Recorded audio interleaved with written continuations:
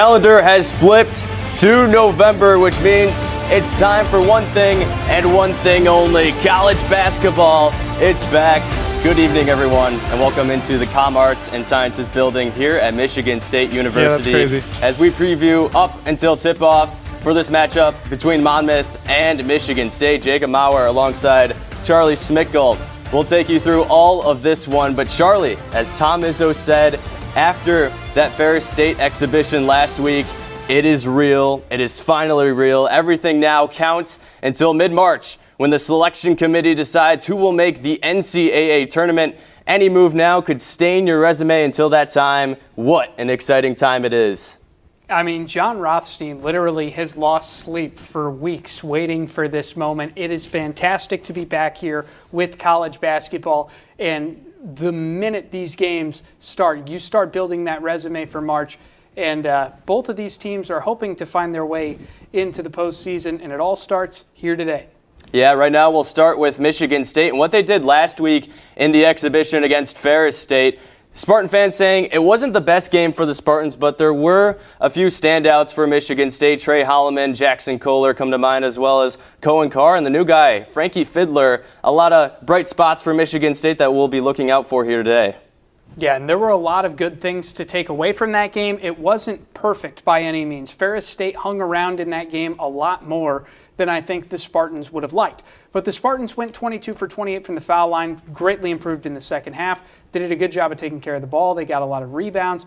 Three-point shooting was a little bit slow, but I think that that's something that's going to come together for this Michigan State team. You saw the transfer step up the way you wanted. I think that this is going to be the start of a good season. You saw good things. You just got to build on them. And we'll see what they can do when it finally counts for real, as Michigan State will take on the Monmouth Hawks here tonight. Let's preview Monmouth a little bit. 18-15 overall last year, 10-8 in the CAA conference for the Hawks, and they only return two starters from last season. One might not play here today. So what do you see from the Hawks upcoming against the Spartans? I mean, this is an opportunity to have new guys step up, right? You're bringing in a lot of transfers. You have some new guys within this team. And you have 10 returning players. It's only two starters, but that's a chance for 8 guys to step up and prove that they deserve a chance to start on this team. And for Monmouth to really kind of dig their teeth into the CAA. Because ever since that move over, it's kind of been run by the College of Charleston, right? Because when you think the CAA, that's who you think. But this Monmouth team is good, and they have a chance to go out here and prove that they deserve to be in that conversation and to be a team that's better than just a 500 ball club this year. And they're led by somebody who I think has probably the coolest name, not only in college athletics, but I think ever. King Rice, the former standout at North Carolina in the late 80s and 90s. He leads this team, and ironically enough, he is 207 and 208. That's his career record. So a win today would make him exactly 500 with the program, but he has had some success with the Hawks. That he has, and particularly in season openers. When you look at it, he's won 6 season openers out of the first 13 seasons that he's seen, and I believe he's also won a season opener against a current Big Ten team in UCLA a handful of years ago. So he has the ability to bring in talent and to kind of surprise these big teams that, you know, bring you in and maybe underestimate you to start the season. So he's definitely going to be trying to rally the troops behind what's basically an entirely new team after his son, one of their best players, has moved on to greener pastures. It's just kind of interesting to see how the coach, how the King, King Rice, how he's going to bring everything together here and tie it all together. And King Rice, 14 seasons as the head coach for the Hawks, but what about 30? Tom Izzo entering season number 30 with Michigan State, and he has never lost a season opener, even a game in November at home at the Breslin Center until last year against James Madison. Coach Izzo and the Spartans trying to change that this year. And yes, we did hear that audible groan from some of the Michigan State fans, hoping that we wouldn't bring that up. But it's something that you have to talk about, right? Last year, you lost that game to JMU, but it's worthy of note, JMU made the tournament. They won a tournament game against a very solid Wisconsin team. That's not a bad loss, but when Tom Izzo loses his first game in the entire month of November at home, that says something. It's been a terrific run here going into year 30. I think he's going to come out here and, if anything, he's just rallied the troops even more based on that performance last year. And we will be interested to see what everyone can do to make an impact here today, but with more on who we think can make the biggest impact in this game between Monmouth and Michigan State, we got our two announcers live at the Breslin Center right now, Mr. Jack Stager and Ethan Hunter. Fellas, how are you? First, I want to mention, Jack, that's a nice looking red tie. Did you happen to match your shoes with that? Oh, you mean this whole thing? Fun fact, this is the red tie that I had to my 8th grade dance. But these basketball shoes, my J's, you look good, you feel good, you play good, or in this case, you just have a good day, and that's exactly what we're going to try to do today. Jack Stager, Ethan Hunter next to me. He's also scared that if you saw my loafers here, I'm just rocking the classic black loafers. He's kind of scared that a ball might come our way, and he wants to be able to beat me if we have to do a one-on-one situation. But I know that I'm going to embarrass him out there because he's got the steppers on, but it doesn't matter. I'd embarrass him any day. Yeah, no, Jacob, we're doing good. How you guys doing in the newsroom? You guys hanging out, holding on okay? Yeah, me and Charlie, we're just chilling out here waiting for tip-off. And happy holiday, opening day for college basketball. It is always good to have. And Jack, I hope if you do get a basketball and beat out Ethan that maybe you chuck up a three and we can see those prime days from you. But I want to discuss your guys' thoughts on this game. Who do you think will have the biggest impact, or what's the biggest storyline to watch out for from your perspective? Yeah, absolutely. I mean, you take a look at this game, and there's a lot of storylines with it, right? I mean, for me personally, we talked to head coach King Rice ahead of the game, and he said something that stood out to me that I loved, right? He said, when you take a look at his teams prior, last year he had his son Xander Rice, who averaged over 20 points a game, but he's like, he always has somebody averaging over 20, and the reason for that is because he lets his guys play. He lets ISO Island happen. He will let guys go one-on-one.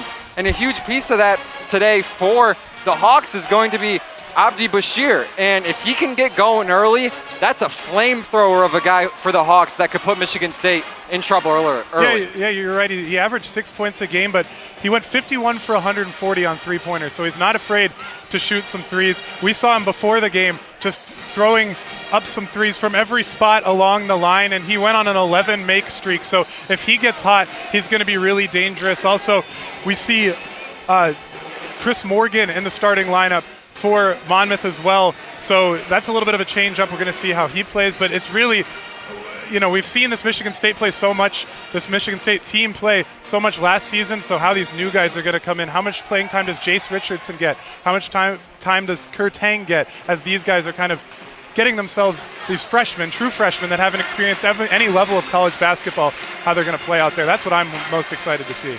Yeah, absolutely, Ethan. I mean, 6'9" for Chris Morgan, looking for some strength. But guys, in the studio, I mean, you guys are going to be seeing all the action all day. So give me your thoughts. What do you guys think the biggest keys of the game are today? I'll send it over to you first, Charlie. Who do you think is the biggest storyline here today? In my mind, it's going to be the guard play here for Michigan State, particularly Jeremy Fears. He looked fantastic in that first game. He was moving the ball around really, really well. The scoring wasn't quite what he was looking for, but that second half he really turned up. I think he's going to be good. Yeah, and for me, I think if Monmouth wants to stay in this game, they're going to have to keep up with Michigan State on the rebounding end. And Doc Mordar, he's 7'1", but he's only 195 pounds. I think we need to be more physical against this Michigan State team. So I like Cornelius Robinson III. He led the team in boards in their only exhibition game this season. And I think he's going to have a big night if they want to keep up with the Spartans. Well, fellas, thank you so much for joining us on the sideline, but you got a game to catch, and good luck here tonight. Thank you, guys. Have Thanks, fun guys. in there. So, Charlie, as we conclude this pregame show, as we get ready for tip-off, there's a lot of keys to this game, and I think one key we need to talk about is transition offense. It's the Michigan State bread and butter, it as you will, and I think if Monmouth wants a chance here tonight, they need to find a way to stop it. Yeah, and I mean, if you look at the reason why Ferris State was able to play within 10 points for about 70% of that game, it's because they ate up the shot clock. They slowed things down. They waited for opportunities to present themselves. I know that it's tempting to try to run transition, but if you get into a track race against Michigan State, good luck. You got to try to slow down and take opportunities as they come. Well, Chapter 1 of this historic 2024-2025 men's basketball season is opening tonight. We'll send it over to the Breslin Center with Jack Stager and Ethan Hunter on the call. Monmouth and Michigan State tip-off is right now on Big Ten Plus.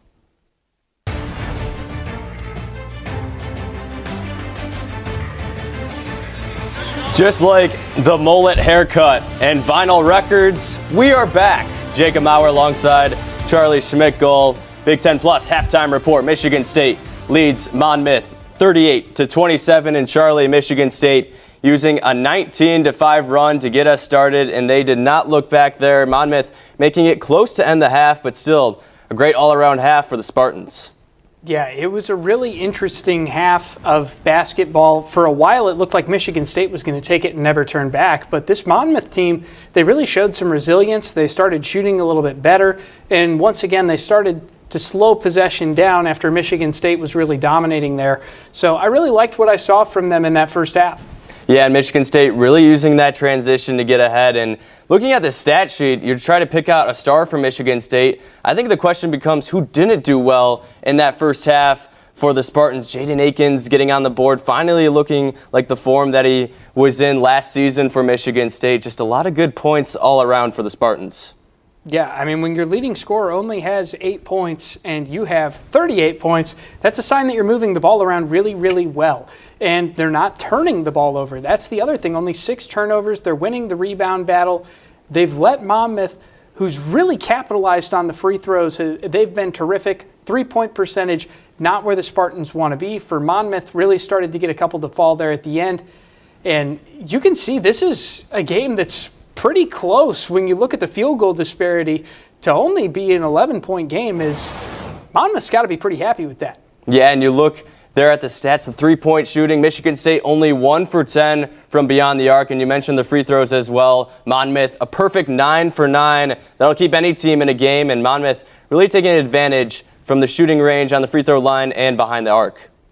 Yeah, just getting in there and getting opportunities where they can get them. They call them free throws for a reason, right? And there's a reason why your coaches really preach that to you from a young age, that those are important, because those 9 points are the difference in being down 20 and being down 11 going into the half. So the ability to capitalize on those opportunities when Michigan State's been beat and kind of doing that shift over, they've done a really nice job of capitalizing on those. They're going to need to keep doing it if they want to stay in this game. And really, we saw earlier in that game, Monmouth was in a little bit of foul trouble around the 8-minute mark. Michigan State was already in the bonus, but only 10 personal fouls to finish off that half. They were at 7 around that point, so they did a nice job, I guess, lowering the physicality while still playing excellent defense against the Spartans late.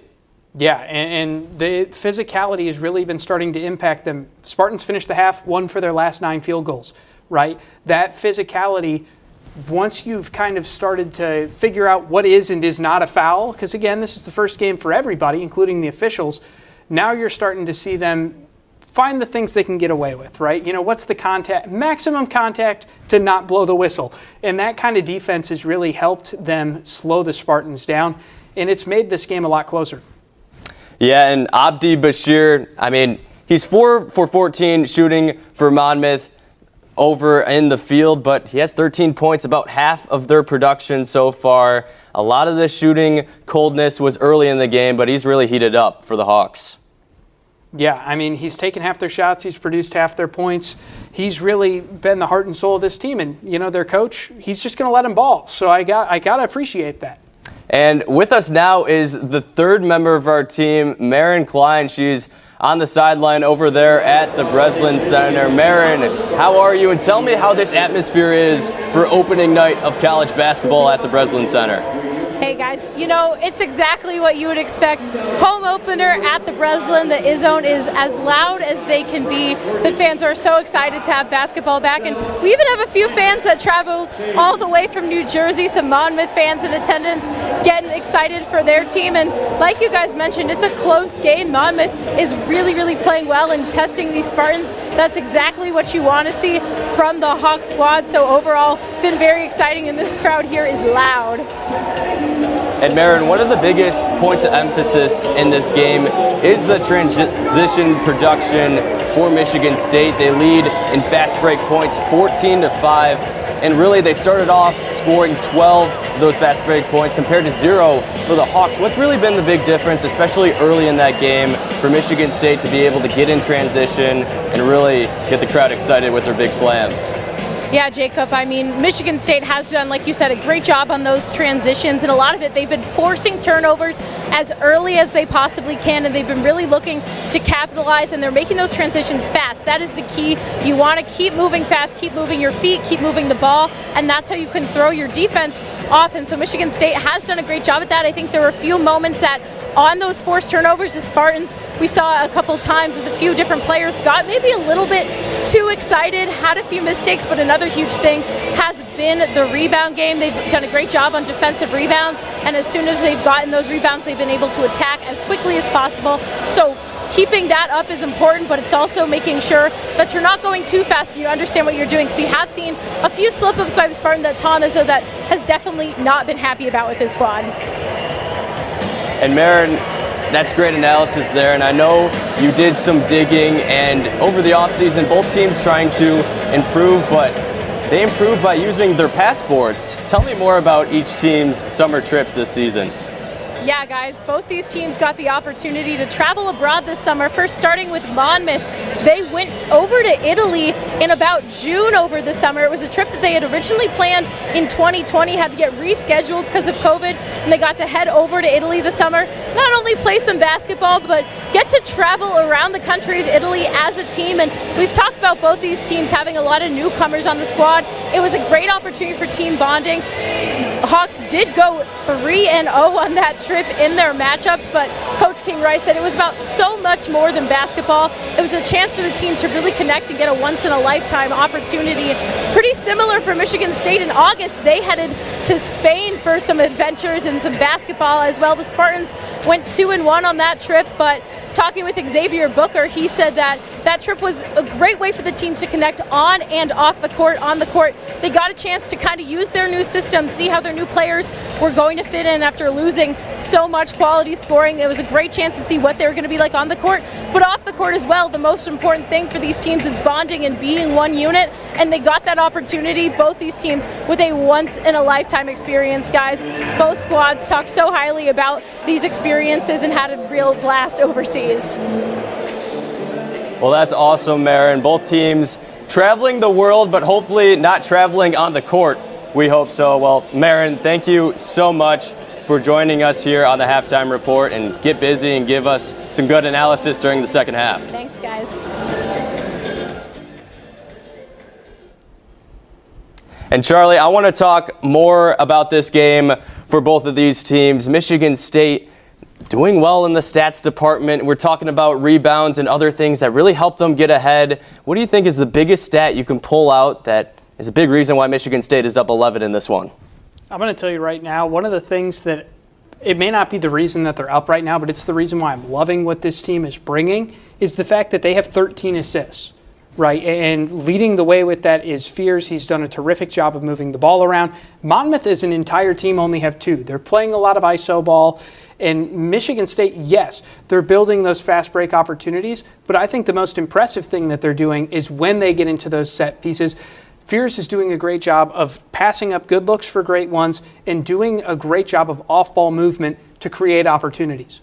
And that's an interesting stat to pull out. Only 2 assists for the Hawks in this one. That is pretty crazy as well. And we have a crazy game here, but there's a lot of crazy games going around in opening day of college basketball. Purdue and Texas A&M, Corpus Christi just went final 90-73 in that final, and seeing all these other Big Ten games going on this season. It's just so good to see college basketball back.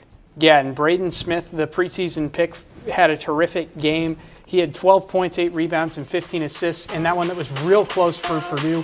Going into the end of the first half, Maryland leading Manhattan by only 3. That's a very exciting game. And then Binghamton going over to Penn State. They're trailing by 9. Lots of close competitions here at the start of the basketball season. Yeah, and then you look at those games upcoming. Dusty May making his head coaching debut for the Michigan Wolverines. We'll see if they can turn that program around. And look at the bottom of your screen, Ohio State getting it started against number 19 Texas. And what about Wisconsin and Holy Cross on 8 o'clock on Big Ten Plus for Student U in Wisconsin. Wisconsin getting bounced by James Madison early in the tournament. We mentioned that in the pregame. Will be interesting how the Badgers respond and really this whole slate, how it will work out for the Big Ten. Yeah, and particularly the games that are coming here in this late slate. You're talking about new coaches for 2 of those programs. Actually, more than that, because Musselman is going to be starting his debut with the Trojans at USC today as well. It's a lot of programs that have lost a lot. I mean, Chucky Hepburn was huge for Wisconsin for so many years. I'm really interested to see how those teams will respond, because you love about the Big Ten, and this expansion has just added even more great brands in college basketball. I can't wait to see what all these squads put together. And really, you mentioned that Maryland and Manhattan game. That just shows that November basketball is a real thing, and any team is threatening to try to strike here in November. That could be a big win for Manhattan over there in Maryland, but just the state of college basketball. I love it that each team always has a shot to upset some people. As we take a look at our first half, Jaden Akins got it started for the Spartans on this big slam. Akins had a couple of slams in that opener, but Michigan State just using an array of players. Jackson Kohler, he has a 3-ball. First of his career, he's fired up. And Michigan State just got it going using that 19-5 run. Jace Richardson looking great, the freshman for the Spartans. And also Cohen Carr, he had a couple slams in this one, and he said to Jaden Akins, hold my Gatorade. Not his beer, because he's not old enough yet, but just bringing this place alive. The Breslin Center was electric, one of the hardest places to play. Here's that Cohen Carr slam. Wha-bam! Flight 55 taking flight. Just exciting first half action in this one. And Charlie, that's why we love college basketball. I mean, the athleticism on full display, the talent being shown out there, and this Michigan State team is really getting it done across the board. It's something that you have to be very happy about if you're a Michigan State fan. If you're Monmouth, looking forward for the rest of this game, yes, it's great that you've been able to have half of your points put up by Bashir, but I think you need to try to look for some other options as well. You don't want to become one-dimensional, because a team like Michigan State, Tom Izzo can scheme for one guy, right? We've seen him make the halftime adjustments in the past. But if you're able to make it a whole team effort and you start including those guys, moving the ball around a little more, got to have more than 2 assists here in the second half if you want to be able to erase this deficit, in my mind. Yeah, and that's the thing I was going to ask you about next. What are you looking for in the second half, I guess, for both teams? I want to start with Michigan State. We mentioned that 3-point shooting. Spartan fans know that early in the season, Michigan State really struggles from beyond the arc. They did last year, and Spartan fans hoping that's not a trend this year. So for Michigan State, how can they heat up those 3-point opportunities? They've had open looks. Is it just seeing that fall in the basket? What do the Spartans need to do? I mean, first things first, this game counts. So you don't have the time to really sit back and go, well, we want to shoot more threes. You have to keep taking what they give you. And in this game, that's been fast break opportunities. But I really think if you start to really develop your offense a little bit more, slow things down at times, let play develop, I think you're going to start setting up these shooters in good spots. And they have 10 attempts, and a lot of them have been solid looks. You just have to wait for some of them to find the bottom of the net, and making threes is infectious. You know, it's like the flu. Once one gets it, everybody has it. It's going to go around. I think the Spartans will find their way. And we'll see what they can do there in the second half. Well, we have the second half of action between Monmouth and Michigan State coming up. Don't go anywhere. You're watching college basketball on Big Ten Plus. Watching college basketball on Big Ten Plus, and we'll see what our good friends in the studio think. Jacob Maurer, Charlie Schmidgall. Gentlemen, what a fun night this was from the Breslin Center. Oh, it was fun for sure, Jack. 40 minutes in the books, and Michigan State wins it 81-57. And guys, I know you called this whole game. It was close there to start that second half, but then Michigan State forcing Monmouth to get into some foul trouble there, and the Spartans able to take advantage. What really popped out to me was the fact that Monmouth put the Spartans in the double bonus with just under 12 minutes to play. Michigan State really took advantage there, and I think that was the big reason why they went on that huge run and took care of business in this one. Yeah, absolutely. I mean, they were able to kind of put Michigan State on their heels, especially in that second half early. But again, I mean, for the Hawks, Bashir was just able to take control, but they needed more production. Michigan State got a lot of production. And how about the youngsters? I mean, the freshmen, right? Coming into this one, making their debut. And it's been a fun one. Lots of action from the Breslin Center. For sure, guys. And thank you so much. And me and Charlie, we'll take over. Charlie, what a game that was. It kind of got close there in the second half, as we mentioned. It was 40-34 at one point, only a 6-point lead for Michigan State. But as I mentioned, Monmouth getting into foul trouble. Spartans took advantage. Some lineups really helping Michigan State go on some runs late in this one. Yeah, and that's one of the things you have to love here early on in the year. You can try out these different groups. You can see what's working and what's not. And that's what you saw from this Michigan State group. You got to see them dig way deep into the bench to be able, once they kind of had a little bit more of a handle on the game, they were able to try out some different lineup groups, see what worked well together. And there was a lot that looked really good for this Michigan State squad. And Michigan State, we wanted to see it earlier, only 16% from deep in this one, but 49% from the field. Spartans found other ways to score, and I think they found their strength in this one, and that's what really helped them put this one away. And yeah, when you take a look today, it was Akins all the way through for Michigan State, picking up a 23-point performance and just one rebound off of a double-double. But really, it was a whole team effort. A lot of people getting involved in the scoring and being very opportunistic. For sure. The thing that pops out to me, 8 for 12 from the field. Jaden Akins was efficient in this one, and also 9 boards. He's just a guard for Michigan State, but when you can have close to a double-double like Jaden Akins did, it really helped the Spartans as he got it started with high-flying power. Only 1 3-pointer in this one, but still able to score on all 3 levels of the court. Yeah, and one of the things that you really look for with this Michigan State team is there's a lot of talent here. Who's going to take the reins? Who is going to drive the ship? And that's exactly what Akins brought today. He came out there, he played his best ball, and he said, Coach, if you need it, I'm going to take it. And that's exactly what you're looking for, is just someone to be the leader of this Michigan State team. And Akins walked it how he talked it today and got it done. And we'll see how Akins' performance led to those stats, as I mentioned before. 49% from the field for Michigan State, only 27% from the Hawks. The Spartans also getting to the free throw line forcing 27 shots from the free throw line, rather. And look at those rebounds. Michigan State out-rebounding Monmouth, 48-31. Just impressive work, and really Michigan State basketball. Yeah, Michigan State got out there and they played the game that they wanted to play. And so much of this sport is that, right? When you have conflicting styles, when you're the team that has that size advantage, that speed advantage, that's exactly what you want to have. So I think this Michigan State team did an excellent job of playing to its strengths. Yes, the three-point shooting wasn't all that great, but on that note, to end the game, Kurt Tang goes out there and hits a 3 right at the end of the game. Maybe that's a sign that there's some depth in this bench, that when the time comes and you need those three-point shots, you can use it. But great job by Michigan State to take what was in front of them today. And you mentioned Tang. What about the freshman for Michigan State? I want to talk about Jace Richardson. What a game he had for the Spartans from the floor, just really showcasing that even though he's a freshman, he can really deliver for this Michigan State team. And I think he has a lot of promise for Spartan fans after his performance in this one. Yeah, I mean, he's excellent. You know, that's exactly what you wanted to see. He's a youngster who was able to go out there and to play his best ball. This is a group that Tom Izzo has put together that plays his brand of basketball. And I think a lot of fans within this Michigan State community were very excited to see what Jace could bring. And today, he showed you a little sneak peek of what he's got in the tank, and there's a lot.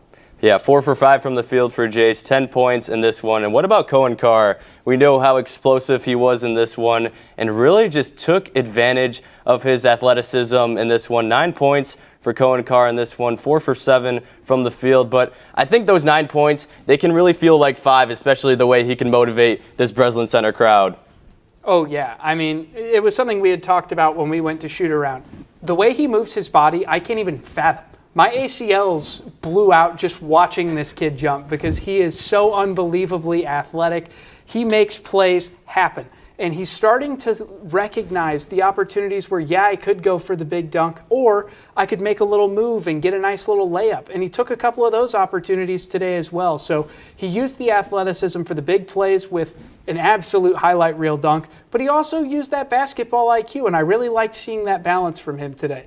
For sure, and we'll see how he can help out Michigan State in the future. They host Niagara on Thursday right at the Breslin Center before they prepare for the Champions Classic on Tuesday against Kansas. Michigan State trying to use these early 2 games against non-conference opponents to prepare for a big dog in Kansas on Tuesday. Yeah, Kansas is going to be tough, right? You've played Hunter Dickinson about 1 million times, and these Michigan State fans, they'll make their feelings on Hunter Dickinson known, but that Kansas game is going to be a really good test for where this team is at, and because you've made the tournament a lot of the last few years, but Michigan State wants to aim a little bit higher. They want to be up there with the best teams in the country, and that'll give them a good measuring stick of where they're at. For sure, Michigan State winning this one, improving to 1-0, and we thank you guys for joining us here on the Big Ten Plus post-game show and all game long here on Big Ten Plus. And some thank yous need to go out to our producer, Jason Laplow, our director, Briggs Maloney, our talent on the court, Jack Stager, Ethan Hunter, and Marin Klein, as well as the people in here, Derek Mitchell, the newsroom TD, Cal Keegan, our producer, as well as you, Charlie Smickel. I'm Jacob Maurer saying good night from East Lansing. Michigan State wins it and improves to 1-0, 81-57, your final. You've watched college basketball on Big Ten Plus, saying good night from East Lansing.